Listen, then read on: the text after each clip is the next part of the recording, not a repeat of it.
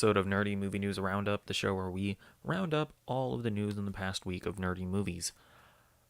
We have some pretty interesting stuff to talk about today. Weirdly enough, there weren't any trailers this week, which was pretty surprising, but, well, I should say, there have been a bunch of, like, Ant-Man and the Wasp, Quantumania, like, TV spots and little teaser trailers, but I decided not to watch them because I'm already so close to the movie. I don't need it to be sold on it anymore.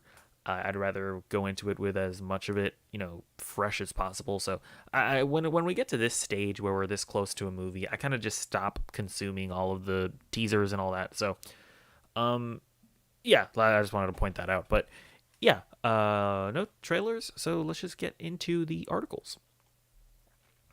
All right, first up. There's a bunch of stuff that James Gunn announced. He basically unveiled not all of his first phase, but the first part of his first phase.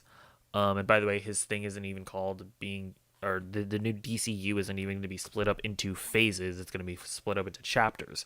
So this first one is titled Chapter 1, Gods and Monsters. So let's just read through a bunch of this. I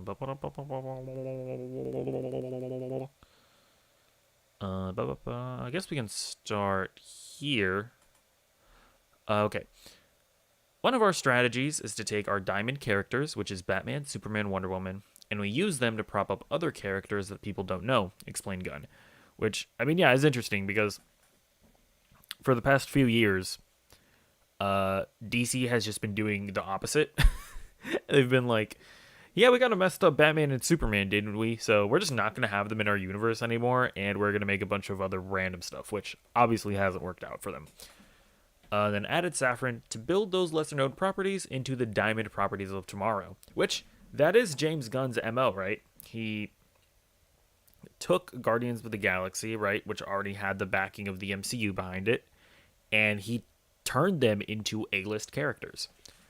While plans may yet shift, cautioned the duo, here is the initial slate of projects for Chapter 1 in the order they're planned to appear. So, first up, he brought up Creature Commandos, which is a 7-episode animated series that is already written by James Gunn that is already in production. Originally a team of classic monsters assembled to fight Nazis, this is a modern take on the concept. The voice actors have yet to be cast, but the executives are looking to find people who can voice the animated characters and also portray the live-action versions when the anti-heroes show up in movies. I thought I had something about Creature Commandos saved. Never mind. I don't think I had that saved. Never mind.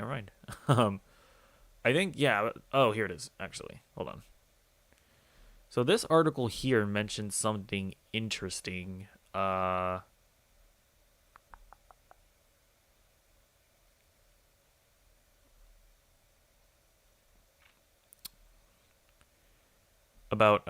like the human character in it.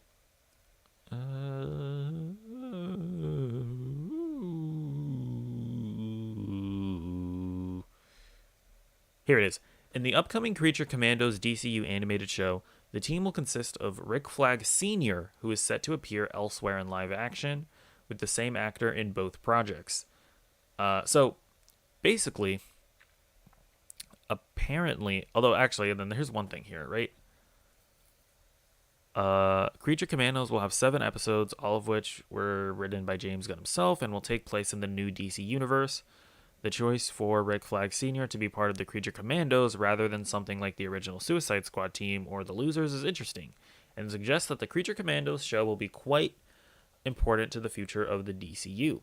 Rick Flag Sr. can work as a link between this World War II set group and present-day DCU stories, with the Creature Commandos perhaps serving as an in-universe inspiration for Task Force-esque, probably known as the Suicide Squad. So, this character here, right, the guy on the left of the image here, that's apparently like Rick Flag's dad or Rick Flag's grandpa or something. So I think that's pretty interesting. I see a lot of people being weird about this project, being like, why is DC doing a weird project like that, like this? And it's like, it's James Gunn. What do you... This is his bread and butter. He takes weird characters that nobody knows, and he turns them into like fan favorite characters. Like what I would be more weirded out if we got a James Gunn DC slate and there weren't projects like this. So I don't know. I feel like people are being weird about it, but yeah, I think it could be interesting. And oh, by the way, the character on the right, that's pretty sure that's a Weasel from the Suicide Squad, right? Like the most recent one. So I think that's cool. Like Weasel is the link to everything. But yeah, and I think the other interesting part about this is that whoever they get to voice these characters, they're also going to voice them or play them in live action projects as well. So yeah, that's gonna be interesting. All right. Moving on. Next, we're gonna get a Waller show, which is, or I'll just read this. In a spin-off of Gunn's own HBO Max hit series Peacemaker, Viola Davis will return as the ruthless and morally ambiguous head of a government task force. It is being written by Crystal Henry from Watchmen and Jeremy Carver, the creator of the Doom Patrol series. So I think that's pretty cool. I admittedly didn't watch Watchmen, but I know that a lot of people really enjoy it.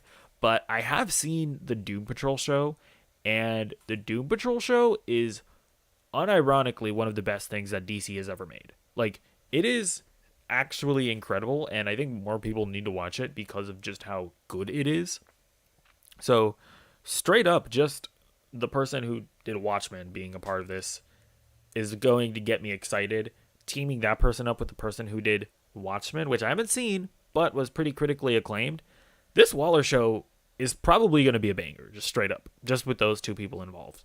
But yeah, interesting. And I haven't actually read this in an article anywhere, so I can't verify it. But I've heard some people saying that the main reason why they're doing a Waller show instead of Peacemaker season 2 is because James Gunn is just so busy right now that they're delaying Peacemaker season 2. So we'll see how that all plays out. But either way, this is pretty exciting. And the next project is going to be a series, or not a series, a theatrical film, Superman Legacy.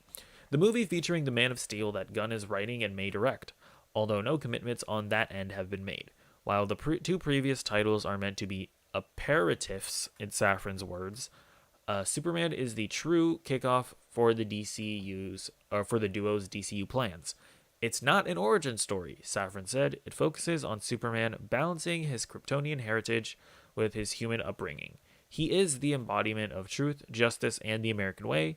He is kindness in a world that thinks kindness is old-fashioned. A release date of July 11th, 2025 has been penciled in. So, yeah, I think that's pretty cool. Aperitifs,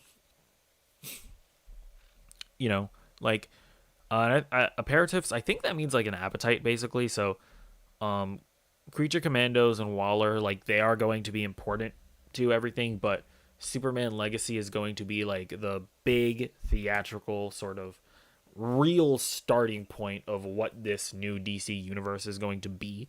So I think that's cool. I think James Gunn is writing it.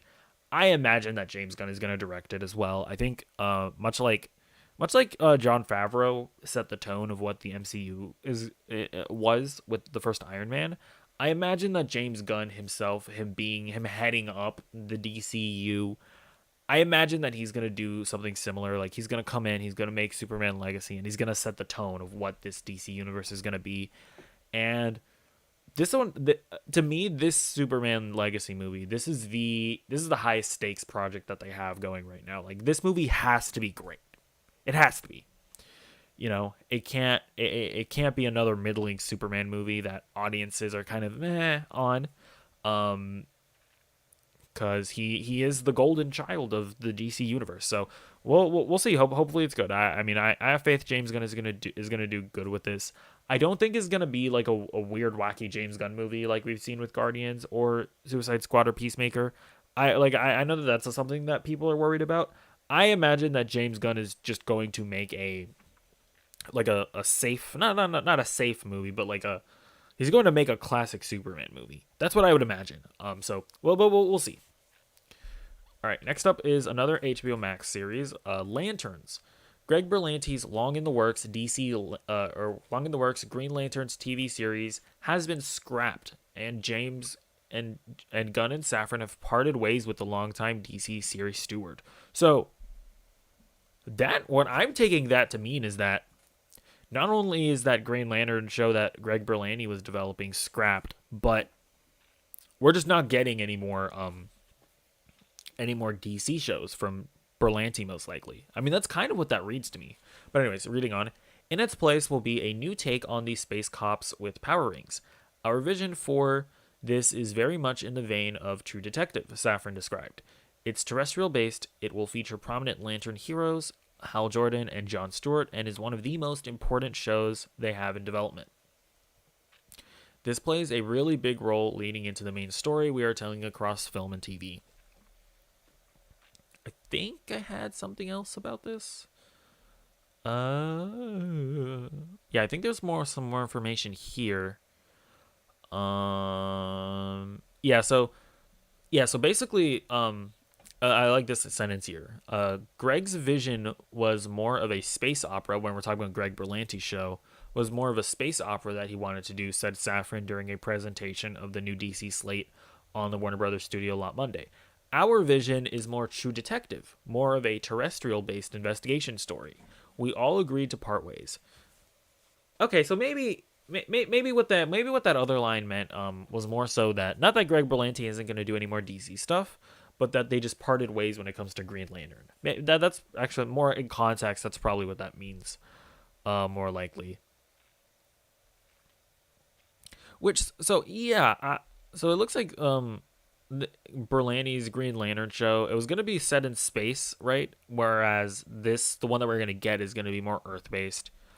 And yeah, it looks like it says here, in the works since at least 2019, Green Lantern was touted to be the most expensive DC show ever made, with multiple stories sprawling across time and space.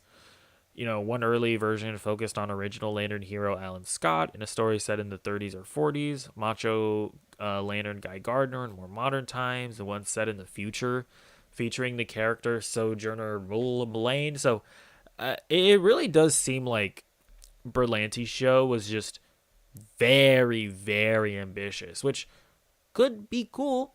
But like, yeah, I mean, it makes sense that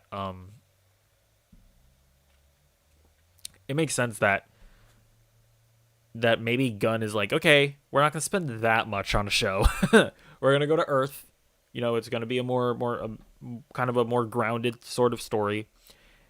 And what I think they're gonna do, what I would imagine they would do, is they're gonna make this Earth-based show, and then at some point we'll get a proper Green Lantern movie that is out in space. You know, that's what I imagine they're gonna do.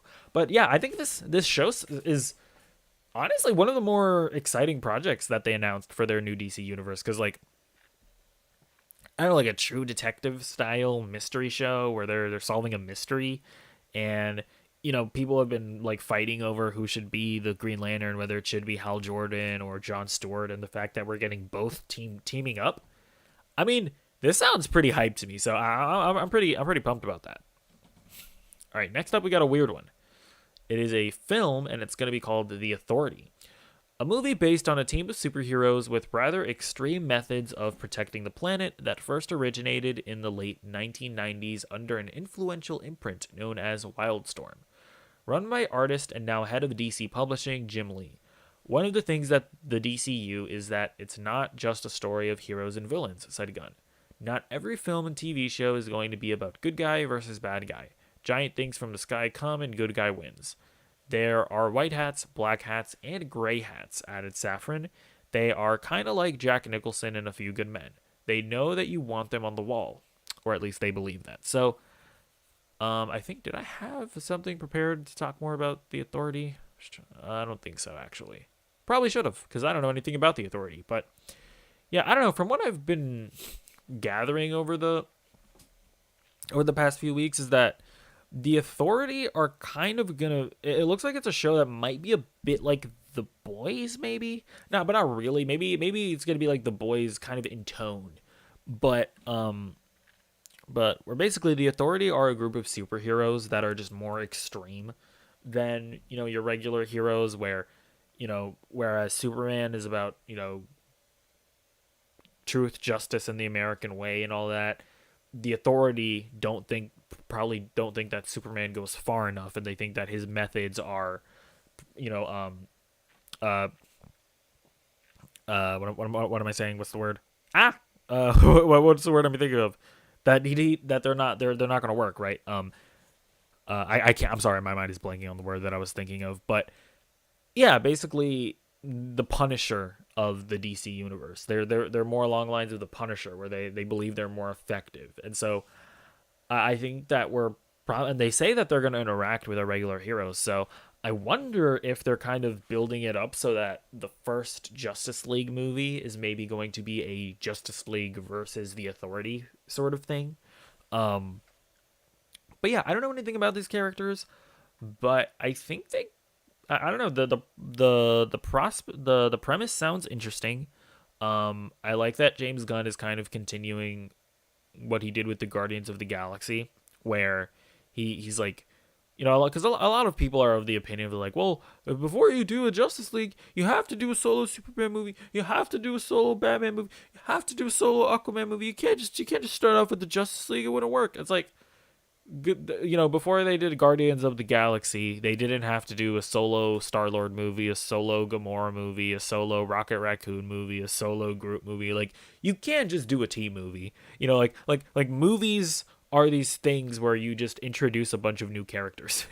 So I like that one of the first projects that we're getting is an Authority movie, which is a team of superheroes, and you don't have to do individual movies for each characters before you do the Authority. So I don't know. We'll see what it is, because I don't know that much about it, but it should be cool. Also, maybe it'll be rated R because it'll be more extreme or whatever. Who knows? All right, next up we have a show. It's going to be called Paradise Lost. Oh wait, actually, let me reset my camera. Give me one moment.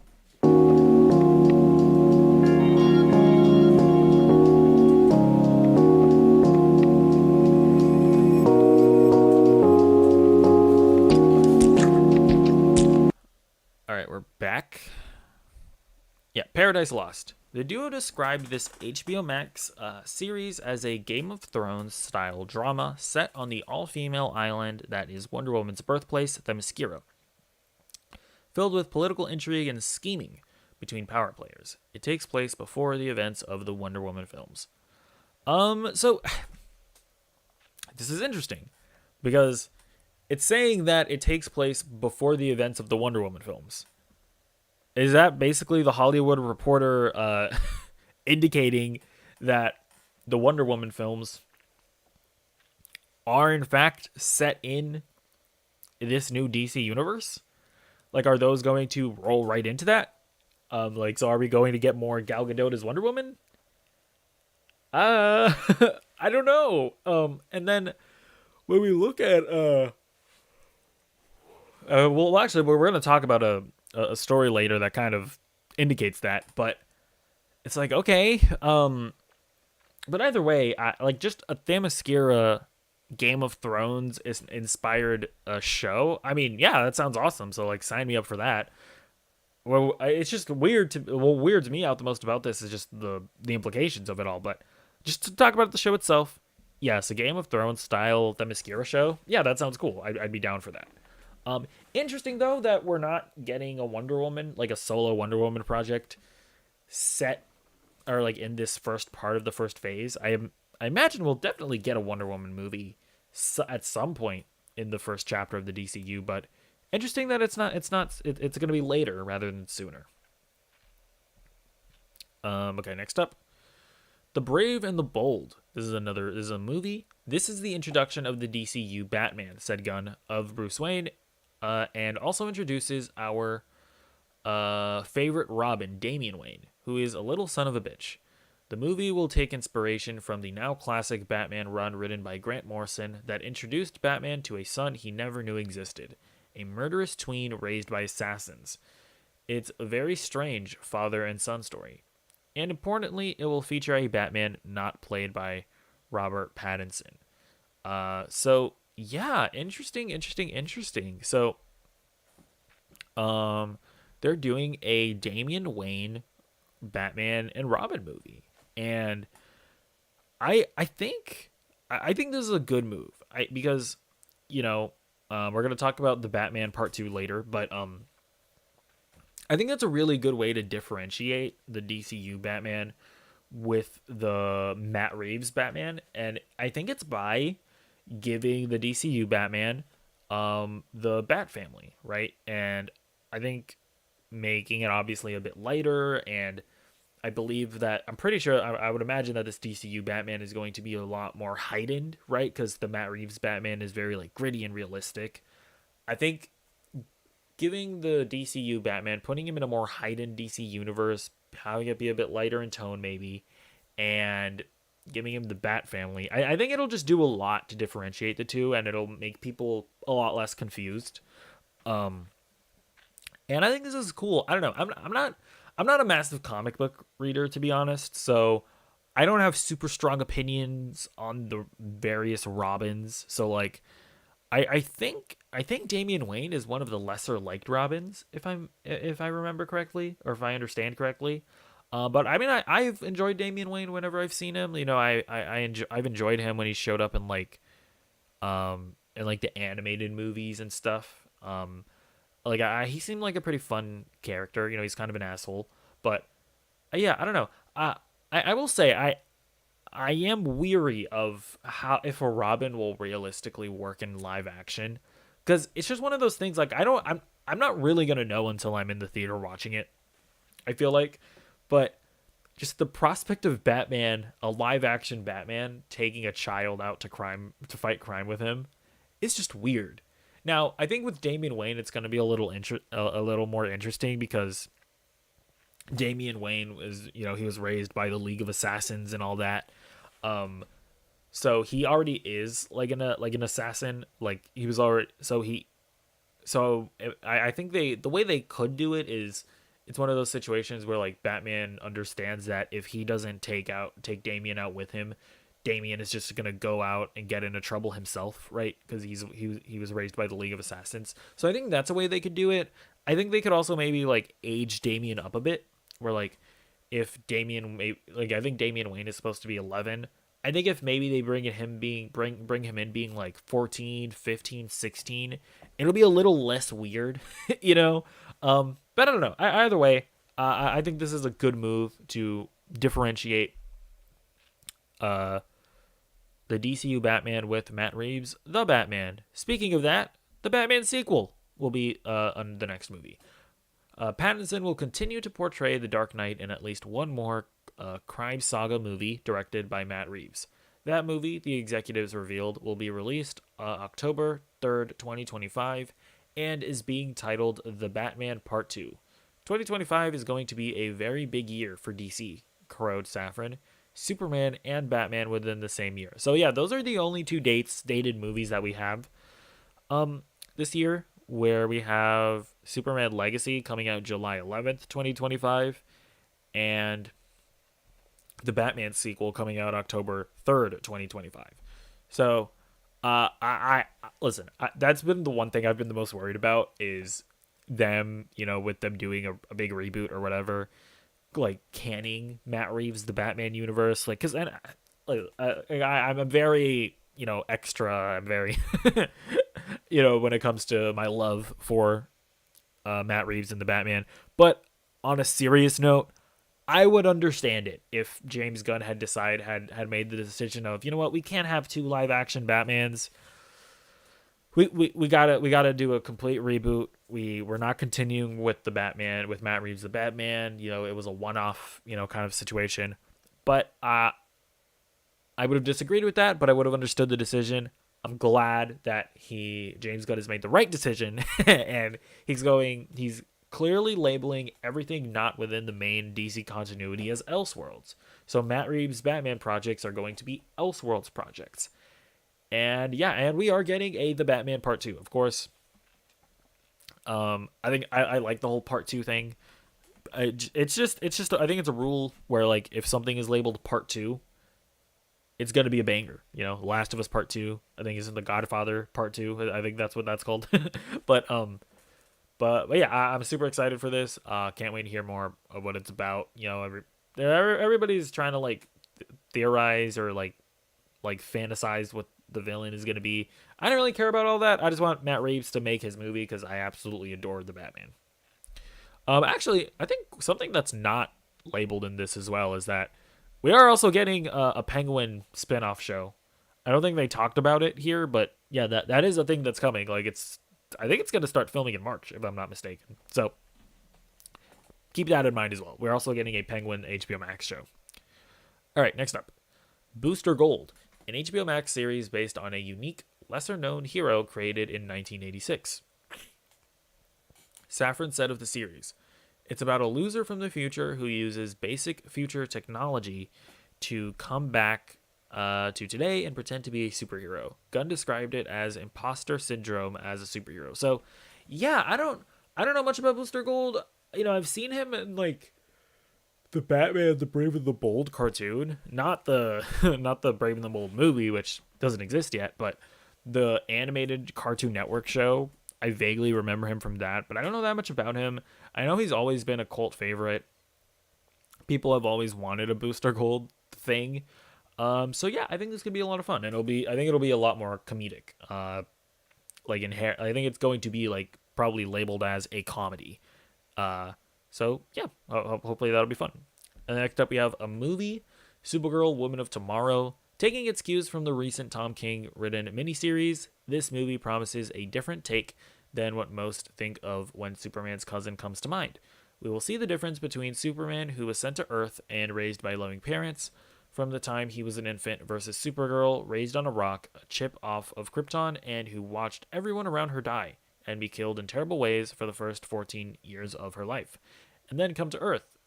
She is much more hardcore and not the Supergirl we're used to. So, yeah, I think this is interesting. Obviously, my only interaction with Supergirl is with the CW show, which is not very good. I can't speak to where it was in its later seasons, but I watched like the first couple, and I wasn't really into it. But what they're describing here sounds interesting because it looks like this is a story that's going to be set in space. Whereas Superman is a lot more terrestrial. So I think that in and of itself is going to be an interesting difference.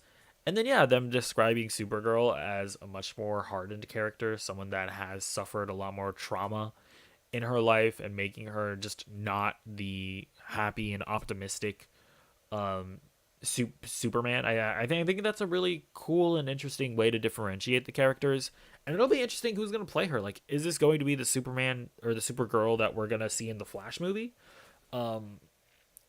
Like, are they going to carry that over, or is the Flash movie going to reset everything to the degree that we're getting a new actor as Supergirl? I don't know. It'll be interesting.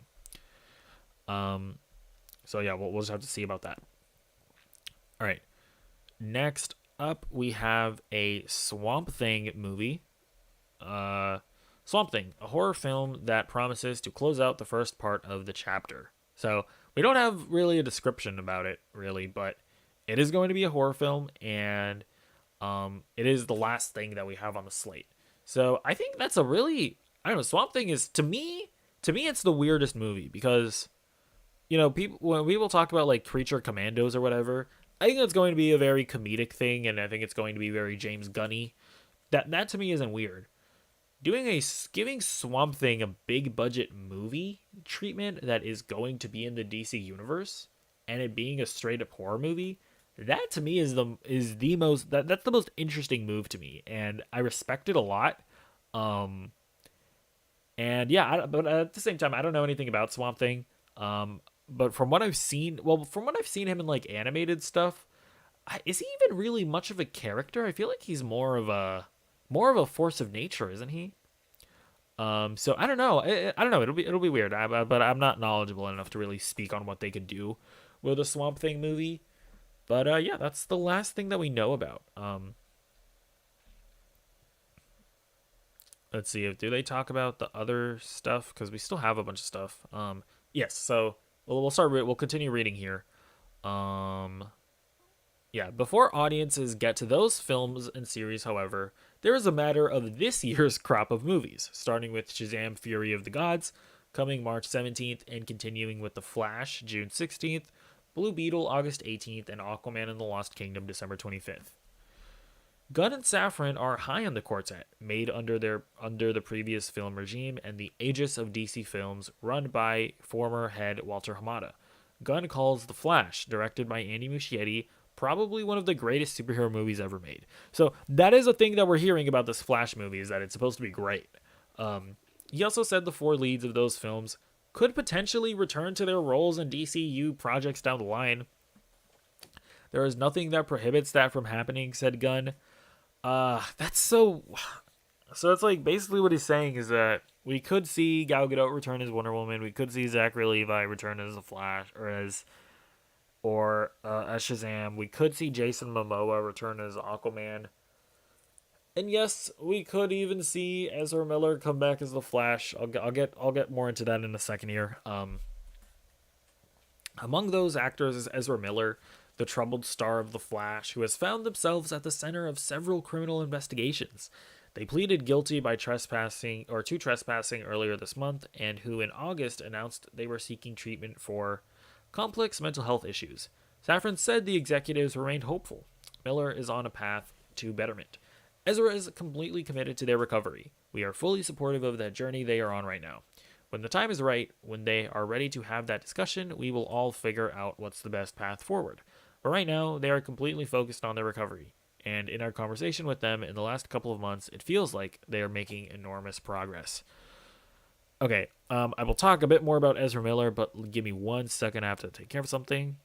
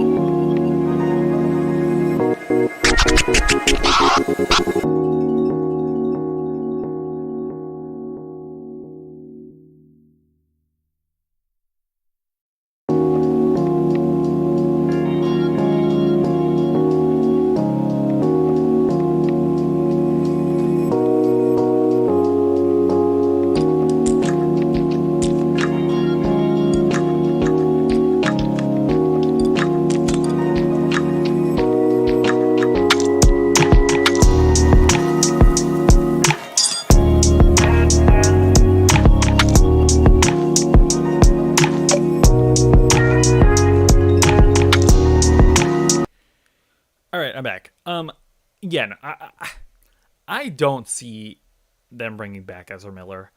I think that the only reason why they're being kind of cagey about their language here is because they still have to sell the Flash, and like they don't want to come out before the Flash comes out and be like, yeah, Ezra Miller's done. We're yeeting him out of the DCU. But yeah, you can still come watch as the Flash starring Ezra Miller. Like they don't want to do that. My prediction is a couple months after the Flash comes out, we will hear an announcement. You know, Warner Brothers Discovery has parted ways with Ezra Miller. The role will be recast. And by the way, I don't even think that they have to like alter the Flash movie so that after Flashpoint happens, like a new actor, his body morphs and in comes Grant Gustin as the Flash. Like they don't have to do anything weird like that. The Flash movie can remain as it is. The story can remain the same.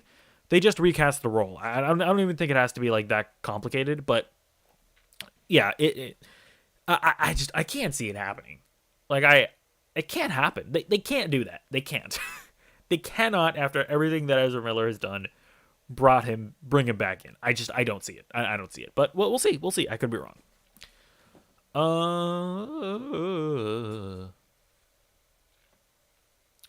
Yeah, and then here we have the article kind of confirming that the people who play characters on TV are also going to play them in the movies. We don't want the series to feel in any way like Stepchildren or Lesser Than, said Gunn. It's just another way to tell a story. So yeah, that's them talking about the TV shows. Oh, and then James Gunn also says some stuff about Henry Cavill. And they took on the touchy subject of Henry Cavill, tipped to return as Superman in a cameo in last year's Black Adam, but who in the end will not return as Superman, much to the chagrin of a vocal fan base. We didn't fire Henry. Henry was never cast, said Gunn. For me, it's about who do I want to cast as Superman and who do the filmmakers we have want to cast. And for me, for this story, it isn't Henry. He added, I like Henry. I think he's a great guy. I think he's getting dicked around by a lot of people, including the former regime at this company. But this Superman is not Henry for a number of reasons. So I will say, like, I appreciate the way that James Gunn handles a lot of this with all the transparency that he's been handling it. Because to his credit, even though he is one of the people that has dicked around Henry, he didn't pussyfoot around the topic. Like, he had a meeting with Henry Cavill and he straight up just told him how it was. Face to face, man to man, like, hey man, you're just not a part of our plan. Sorry, not sorry. You're yeeted from our universe. So, I mean, I don't know. I appreciate his whole candor about the whole thing. Although they did say, and also this is a pretty interesting move here. So, the executives also tried to walk the line of if and how to deal with actors who step into controversy, with Shazam's Zachary Levi being the most recent example. Over the weekend, Levi tweeted words against pharmaceutical giant Pfizer, known for its COVID-19 vaccine, which many interpreted as the actor having anti-vaccine views. And then this is what James Gunn says. Actors, filmmakers that I work with are going to say things that I agree with and things that I don't agree with, said Gunn, who in 2018 was temporarily fired by Disney as director of Guardians of the Galaxy Volume 3 due to old offensive tweets. I can't be changing my plans all the time because an actor says something that I don't agree with. At the same token, if someone is doing something that is morally reprehensible, that's a different story, and we have to take that into account. So I think what he's saying is, I'm not gonna fire people just because they have different opinions and I do, different political opinions, and I hope and that's really good to hear, because obviously, like, I am not one of these, like, wokesters, the wokesters ruin everything. But it's not, like, cancel culture is a real thing, like it is, like we saw what happened with Gina Carano, where, I don't think that's as one-sided of a situation, because I do put a lot of blame on Gina Carano in that situation as well. But at the end of the day, should she have been fired for tweeting or for, like, I think what was it again? I could be wrong, but I think it was about like the election stuff and like election misinformation or stuff like that. It's like, should she really have been fired because of that? I don't think so. Like, it's like, whatever. Like, it's stupid, but it is what it is, and like we can, I think we can all watch her as Cara Dune, and just we don't have to bring all of that into the Mandalorian. And yeah, like Disney completely derailed their Mandalorian universe because there was a whole ass show that Cara Dune was supposed to be the lead of that they didn't make because of all of this. So I appreciate that James Gunn is kind of being like, yeah, we're not going to do that, okay? Some of our actors are going to say things that I disagree with. It's fine. But he also says that there are lines that if are crossed, then we will take action. And I believe that Ezra Miller is one of those situations where what Ezra Miller has done is so far beyond the pale that I don't think he's coming back. So, well, we'll see what happens with all of that, though. Yep. And then this paragraph here, they're reiterating that Reeves' Batman movies and Todd Phillips' sequel to Joker will fall under a banner titled DC Elseworlds, which will, just as in the comics, fall outside of the larger continuity of the DCU. So I think that's cool.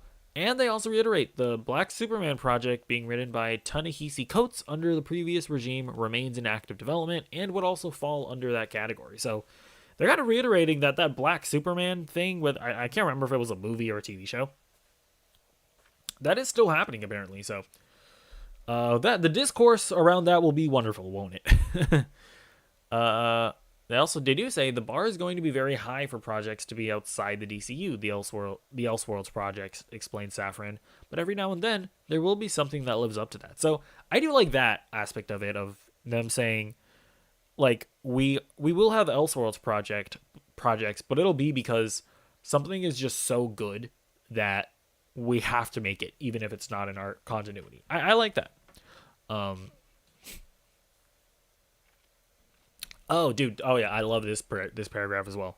Gunn and Safran also stressed the importance of strong screenplays, saying a focus there would prevent the dreaded feeling of superhero fatigue and also give projects a tonal and thematic difference from each other. Gunn called out the degradation of screenwriters in Hollywood and also said that the duo wanted to be respectful of the voice of filmmakers they were working with up to a point.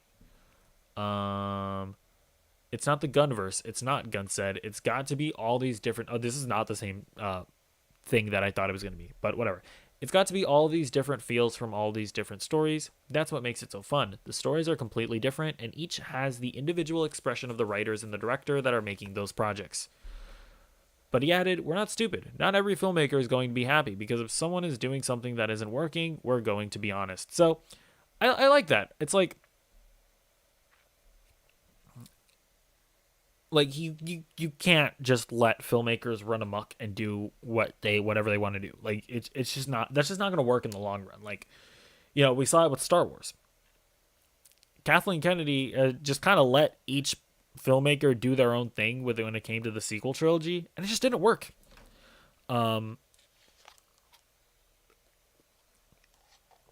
You have to have an overarching plan. Like, it's just one of those things that you have to have. Okay, let's see. Is there anything else in here that's worth talking about?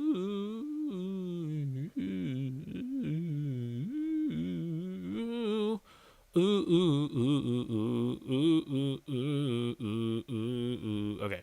Not in this article. Let's move on to... Oh, yeah. So, yeah, speaking of that Swamp Thing movie, apparently James Mangold is in talks to direct it. He put out this tweet here of a picture of Swamp Thing after the movie was announced. So, yeah, we could say James Mangold direct it. I mean, this guy is one of the better directors working in Hollywood today. I mean, movies like Ford v Ferrari, Logan. The guy, he's currently directing the new Indiana Jones movie. But he's directed bangers pretty much throughout his career. I mean, he really is one of the better directors working today. So I'm kind of, this is the guy to do it. I would say, like, if you are going to, do Swamp Thing, probably him or I guess people have been saying like a more, I guess, thematic fit would be a guy like Guillermo del Toro, which I think, yeah, would be good as well. But the thing about James Mangold is that he's able to direct on almost kind of like Spielberg in a way, but he's able to direct things in just completely different genres. Because when you look at like Logan, is nothing like Ford v Ferrari, which is nothing like Indiana Jones. Um, so yeah, I don't know. Well, we'll see what happens with this. All right, next up. Oh yeah, James Gunn had some interesting stuff to say about the old regimes, saying that they were fucked up, stuff like that. Um, let's see. Are there any interesting quotes here? Oh yes, this is what I wanted to talk about. Okay. Um,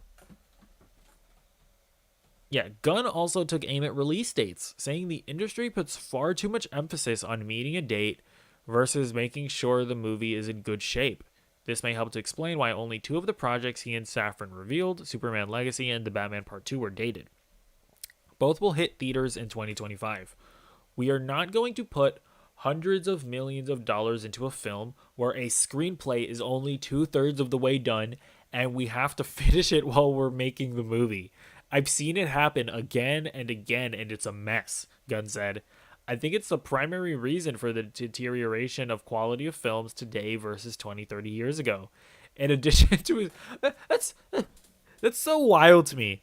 And I assume I guess, I don't know, right? But I assume that's him taking an aim at the MCU directly. But it's like, is it like a wide problem in the film industry? Because like I can understand that in the MCU, they're like, we have to hit dates, so we have to start pre-production on a movie before the script is finished. But that's just wild to me. I love this approach. I love this approach of saying, we're not going to put a date on a movie. We're going to make our movie after the screenplay is finished, after we know it's a great story. Only then will we start production on it. I love that. I absolutely adore that. And hey, maybe it means that that all of our DC universe gets pushed back a little bit. That's fine. Because at the end of the day, the movies are being great and the movies being loved by audiences. That is what matters. So I love this, man. It's what I wish the video game industry did. Release dates in the video game industry mean absolutely nothing. Like if you're telling me that a movie is going to come out in 2024, oh, okay, I got it. So it's actually coming out in 2026. Like that's literally like I can't remember the last time I've seen a video game like actually land on the date that it's initially announced. So I absolutely love this approach. That's crazy to me. Like the fact that like these people like other studios are like starting production on movies when they don't even have the script finished. Like that seems like such an obvious thing. And man, I hope James Gunn can make it work, because I do understand, right? Like when you're looking at the Marvel Cinematic Universe, that certain things have to meet certain release dates, because if that thing doesn't land on time, then something else then that's gonna, and you have to delay that, then that's gonna clash with something else. But hopefully James Gunn is able to make this all work, but we'll see.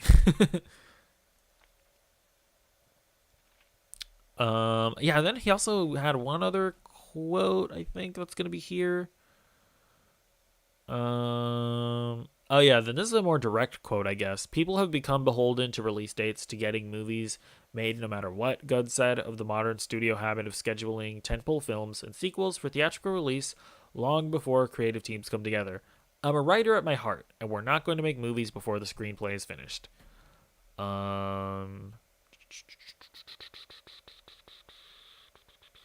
Yeah, they make these movies where they don't have third acts written, he said, and when they start writing them during production, making them up as they're going along, and then you're watching a bunch of people punch each other, and there's no flow even to the action.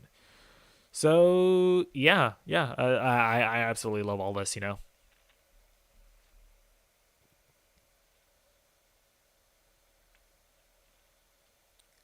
Oh yeah, this is also a really interesting thing.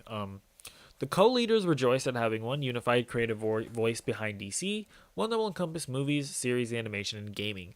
But given their parent company CEO, David Zaslav's commitment to shedding debt and cutting costs, there's wiggle room in how and where these projects manifest, especially for series. We have the ability to sell outside of HBO Max, if that makes sense, Saffron said. So we'll figure out if there are certain shows coming up that would be better served elsewhere, or if there's not real estate on HBO Max for us.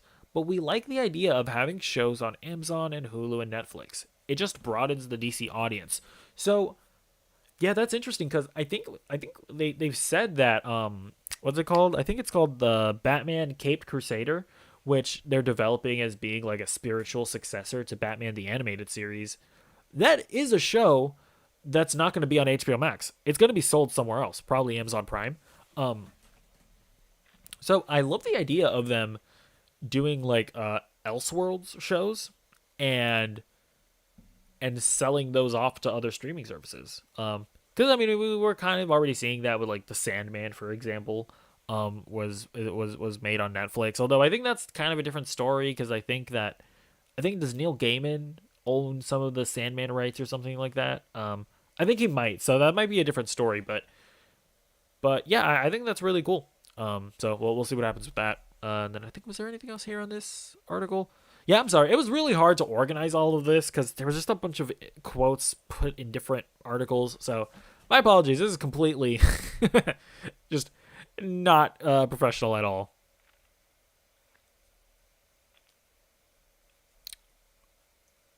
Yeah, okay. I think that's officially it when it comes to the that specific thing. Oh no, never mind.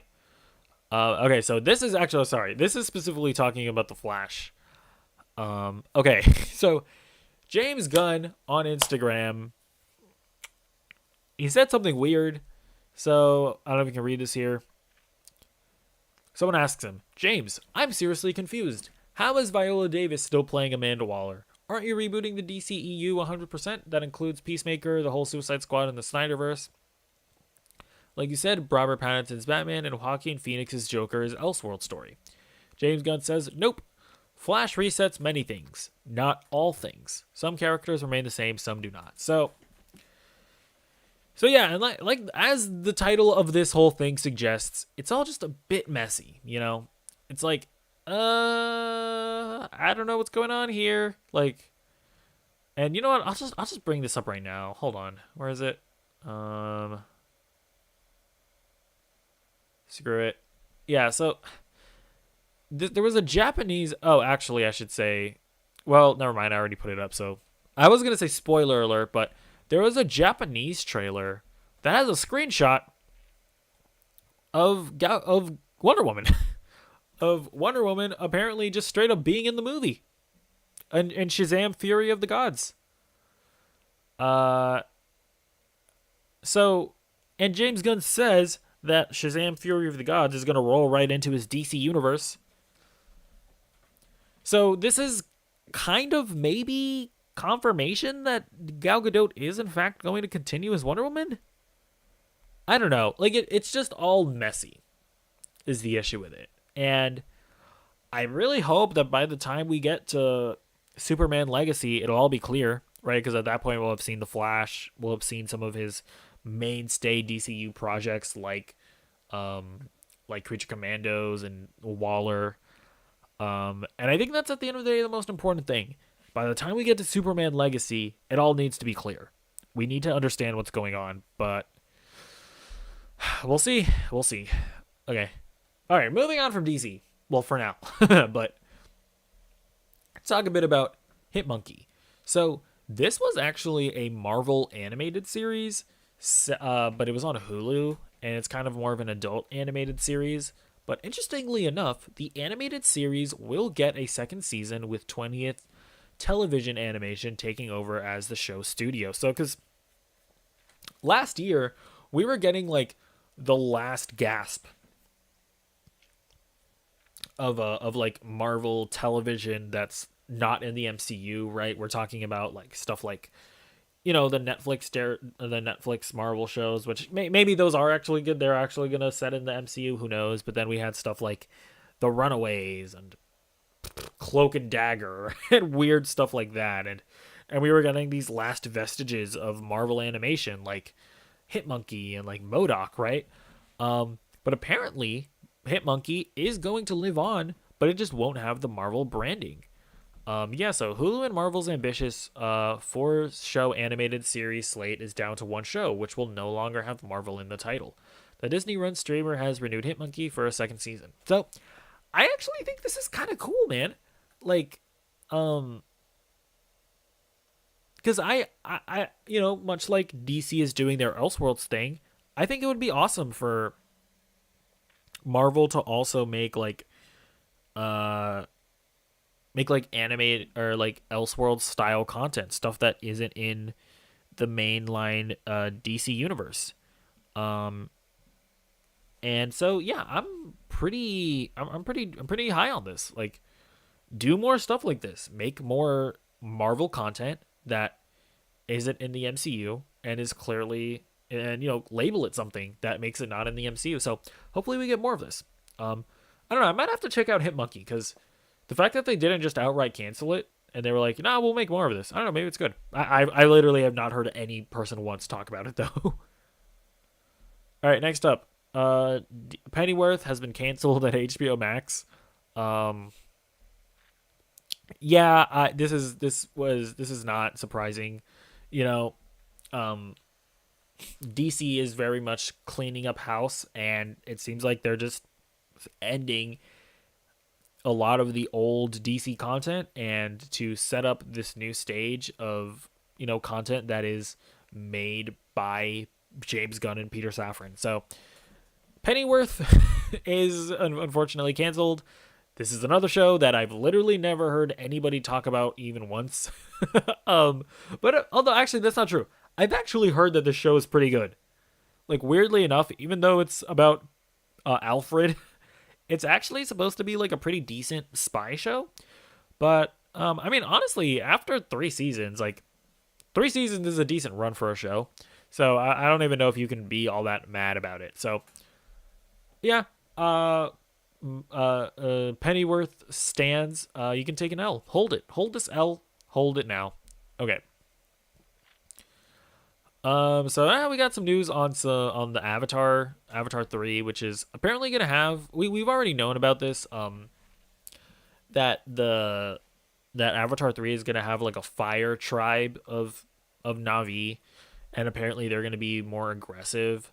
But the leader is gonna be played by Una Chaplin, which I don't know, for whatever reason I thought that this article would have a picture of her, but this is her. If you remember, she was in Game of Thrones. And yeah, I really like this actress, so I'll be down to see her in a more villainous role. That could be cool. All right, next up. Oh yeah, okay. So he heading back into DC. Peter Safran reiterates that it was the right decision to cancel Batgirl. Warner Brothers. Okay, so this is what he says. Batgirl's a character that inevitably we will include in our story, he said. On the Batgirl front, it's not about late in the process of the film getting canceled. I saw the movie, and there are a lot of incredibly talented people in front and behind the camera on that film, but that film was not releasable. And it happens sometimes. That film was not releasable. I actually think that Zaslav and the team made a very bold and creative and courageous decision to cancel it, because it would have hurt DC. It would have hurt those people involved. So, listen, man, this is at the end of the day. At the end of the day, this is still where I stand on it. If the movie was as bad as they're saying it was, and I haven't seen it, maybe I would have watched it and I would have been like, this is the Citizen Kane of DC movies. Maybe that's the case.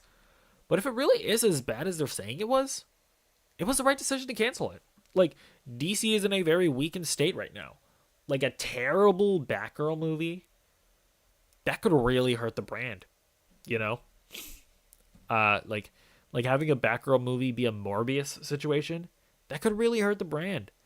And if they saw an opportunity where they could minimize, their costs and all of that, cancel the movie. Because the thing is that people say like, the capitalist executives, they only canceled it so that they could get tax returns or whatever and whatever. I don't understand how the economics of it all works. But it's like, even if they did somehow save some money due to taxes and stuff, I highly doubt that would have been that they made anywhere near as much as money as they would have made with a successful Batgirl movie that makes like $500 million at the box office. Like I think you're ridiculous if you think that they made as nearly as much money due to like tax savings or whatever. So like I'm like if this would have been a good movie that they believed in, they would have released it. So yeah, and by the way, I think Peter Safran's right. Like when it comes to it hurting the directors and hurting the people involved, like I would not be surprised if we still see Leslie Grace play Batgirl at some point in this new DCU. Like I don't think that's an impossibility. So like now if this movie had come out and it had been terrible, yeah, we would have never seen Leslie Grace play Batgirl again. So I don't know. This is just kind of where I stand on that. Okay, let me actually... Sorry, got to restart my camera again. One moment. All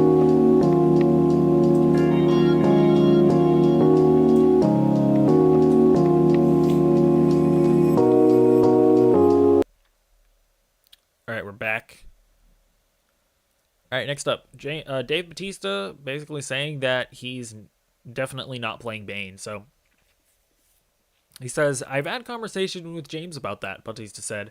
But I think the direction he's leaning in, completely rebooting that whole universe, he's starting from scratch and starting younger and fresher, and I think you need to do that. I think for the DC universe to be revived, you need to start from scratch, and I think you need to start with younger actors. You need to start to plan for the next 15 years, and I just don't think you can do that with me. And I understand that. Bautista added, I have to say that I appreciate that because I don't want to play a character that I can't bring justice to it. I don't think at this point in my career that I can bring justice to Bane anymore.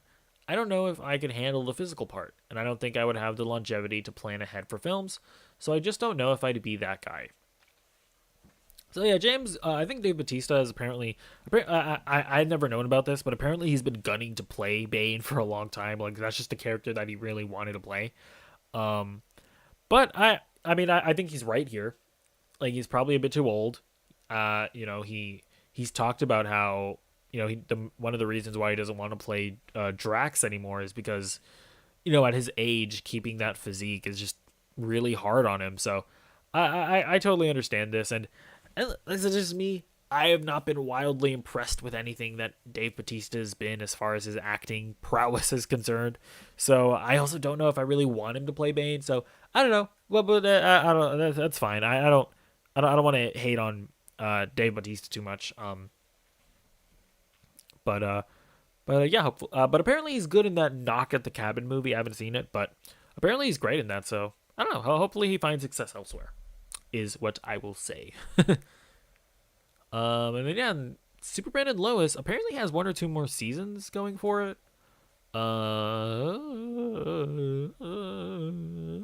What did they say? There's a quote here.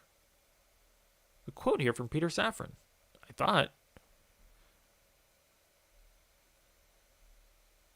Oh yeah, okay. The future of the CW series was revealed by the pair at a press event on the Warner Brothers lot on January 30th, at which they laid out their initial development slate.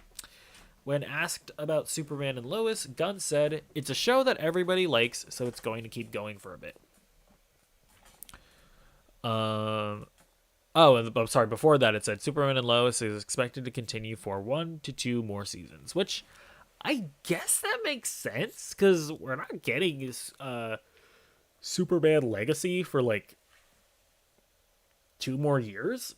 So, if this is a show that people enjoy, I guess it makes sense to continue it a bit more, but I don't know. At the same time, it's like, people also enjoy Doom Patrol. You're canceling that. I don't know. It is a bit of a weird choice to me. Obviously he's right. People are enjoying it. But the fact that you're just cutting out everything else, but you're still continuing Superman and Lois, I don't know. It's a bit of a weird decision, but I'm not mad at it. For the people that enjoy the show, I gotta catch up with it. I stopped like midway season 2 because it was, to be honest with you, it got kind of bad, I just feel like the quality deteriorated a lot in season 2. I don't know are they on season 3 yet, or is season 3 going to premiere or something? I don't even know. But either way, I mean, it is a really good iteration of Superman. But yeah, whatever. People enjoy it. Happy for you. Whatever. Who cares? I don't care. Leave me alone. All right. Next up, we got our first look at One Piece. I'm not a One Piece fan. I'm not gonna lie, but you know, Netflix is confirming that the live action show is in fact coming in 2023. Do people? I mean, I imagine One Piece fans aren't excited about this because obviously they don't have. They don't have good experiences with anime adaptations in general. They damn sure don't have good experience with the Netflix anime adaptations. But I'll be honest, if I were to ever watch a piece of One Piece content, it is going to be this show. I am never watching that anime. I simply don't have 87 million hours of my life to spend on on watching One Piece. It's too much. So yeah, I think they said this is going to be a 10 episode series. Yeah, that's the best chance a One Piece anything has of getting me in. So I don't know. I might check this out. I think I said that I was going to check out the Cowboy Bebop show. I never ended up doing that. So it's possible that I won't ever end up watching this, but whatever. Who cares? I don't care. You don't care either. I don't know why I keep on saying that. But on other news, FNAF has officially started filming. So they put out this image here of the Five Nights at Freddy's movie. So I think that's cool. Listen, okay, I'm not a Five Nights at Freddy's like super fan. I appreciate the lore I appreciate that people are like super obsessed about it and all that, and they're out here theorizing and stuff. I assume, is this the Purple Man? Is this Matthew Lillard? Because he has a purple shirt. So is this William Afton? And people also noticed like the Vanny little toy there. I think Vanny was the villain of the Security Breach game, I think. There's a purple thing here, kind of, sort of. I don't know. Can you guys see that, what I'm pointing at here? Here. There's purple here in this shot. So I don't know. I don't know. Matt Pat, we need a theory. ASAP. Get on it. Okay, whatever. Okay, then a couple more news stories to get through. Yeah, I guess the other just important thing to talk about is that is the game side of the new DC universe, because they have confirmed that DC games are going to be in the same continuity as the DC universe. During an interview with the company's official website, DC Studios co-chair Gunn was asked about the role video games will play in his and Safran's shared universe of DC films and television shows. It's not like we're going to have the Superman movie come out and have this Superman game come out, Gunn said. It's more like we'll have the Superman film come out, then maybe 2 years later, we have the Supergirl movie coming out. So what's the story in between there? Is there a crypto game that we can play that comes in between them? Something that's still set in the world with these characters, but is its own thing. We want to give the prominence to games that they deserve.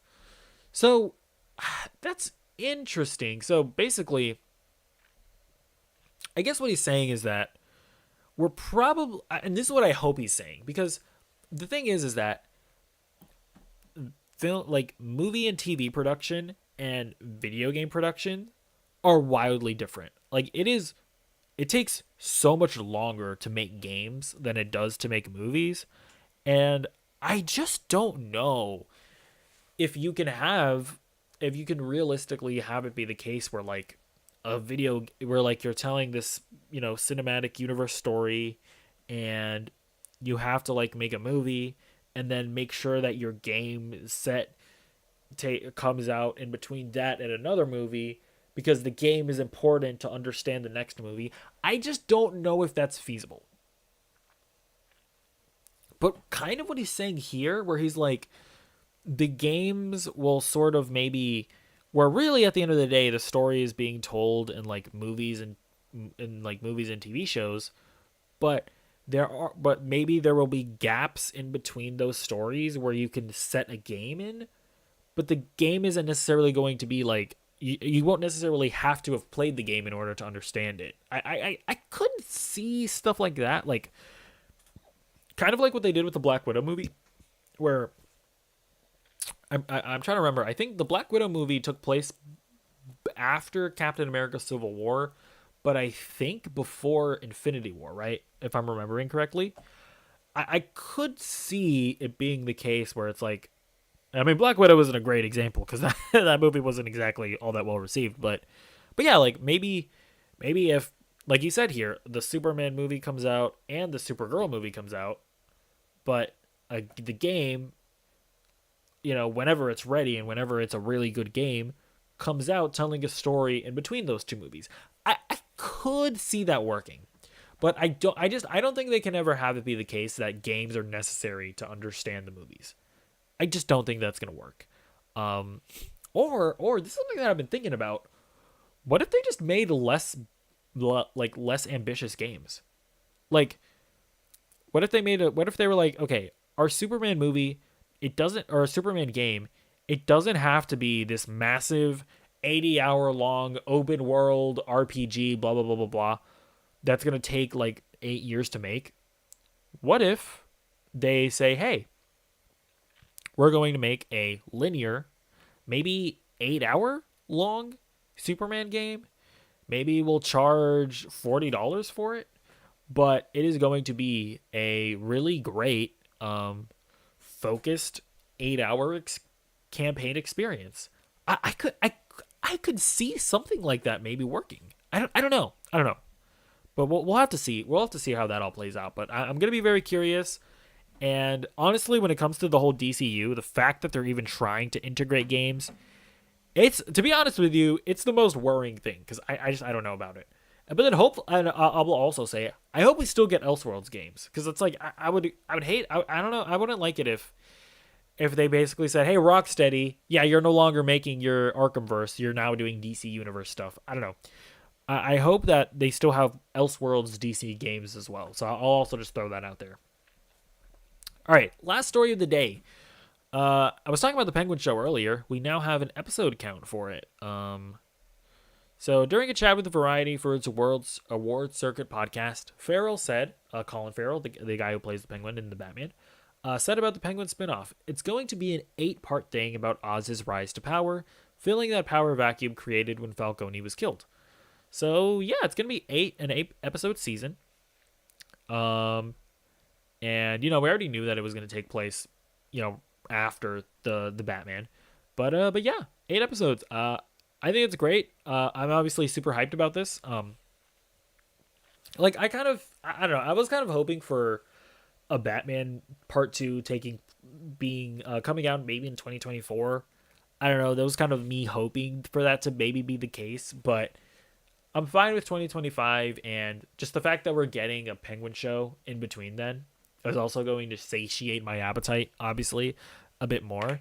And yeah, I'm hyped for it. People, people have also been kind of wondering if Robert Pattinson is maybe going to show up in it, because Robert Pattinson, I think this is being shot in New York, I think, or at least part of it. And Robert Pattinson was spotted in New York as well. I mean, that does not mean anything. Don't run with that as a headline or anything. But I would not be. I honestly, I would imagine that we are going to see. I don't think that Robert Pattinson is going to play a big role in this show, but I do think we'll see Batman in this. I would imagine. So yeah, I don't know. I'm cool. I'm excited. But either way, that is it for this episode of Nerdy Movie News Roundup, the show where we round up all the latest news in the last week of nerdy movies. I had a really fun time today.